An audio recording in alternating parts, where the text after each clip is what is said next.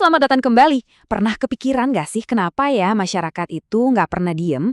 Kenapa tradisi, teknologi, bahkan cara kita hidup tuh kok rasanya selalu bergerak dan berubah?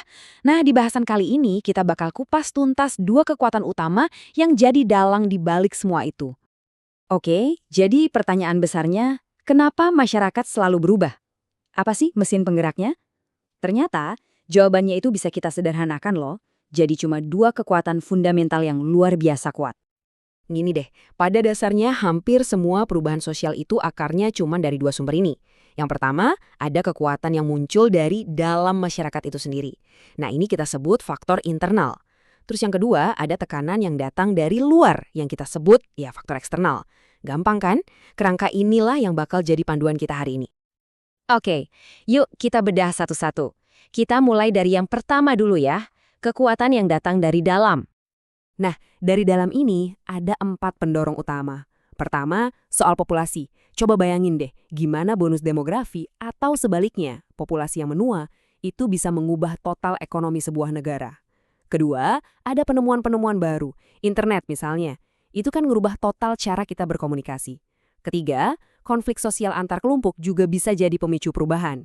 Dan yang terakhir, yang paling dramatis, tentu aja, revolusi atau pemberontakan.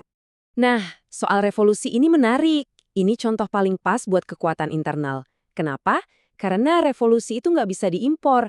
Dia itu lahir dari dalam rumah, dari bara api ketidakpuasan di suatu negara yang akhirnya meledak dan merombak total semua tatanan kekuasaan dan struktur sosial yang ada. Nah, kalau kita lihat dari materi sumbernya, kerangka ini tuh rapi banget. Semua penyebab perubahan yang kelihatannya rumit, mulai dari populasi, teknologi, sampai budaya, semuanya bisa kita masukkan ke dalam dua kotak sederhana, internal dan eksternal. Ini dia alat analisis keren yang lagi kita pakai. Oke, tadi kan kita udah bahas yang dari dalam.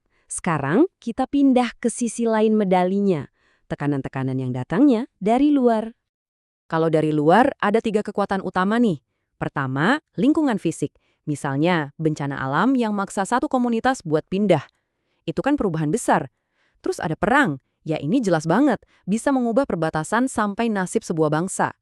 Dan yang ketiga, ini yang seringkali nggak kita sadari tapi kuat banget, yaitu pengaruh dari kebudayaan lain. Pernah mikir nggak seberapa kuat sih pengaruh film, musik, atau bahkan makanan dari negara lain? Jangan pernah diremehin loh, pengaruh budaya kayak gini, entah itu musik, teknologi, atau cara berpikir, dia nyebarnya pelan-pelan, tapi pasti.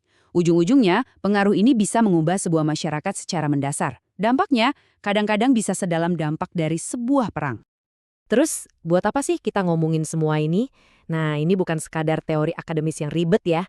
Anggap aja ini kayak kacamata baru buat kita ngelihat dunia.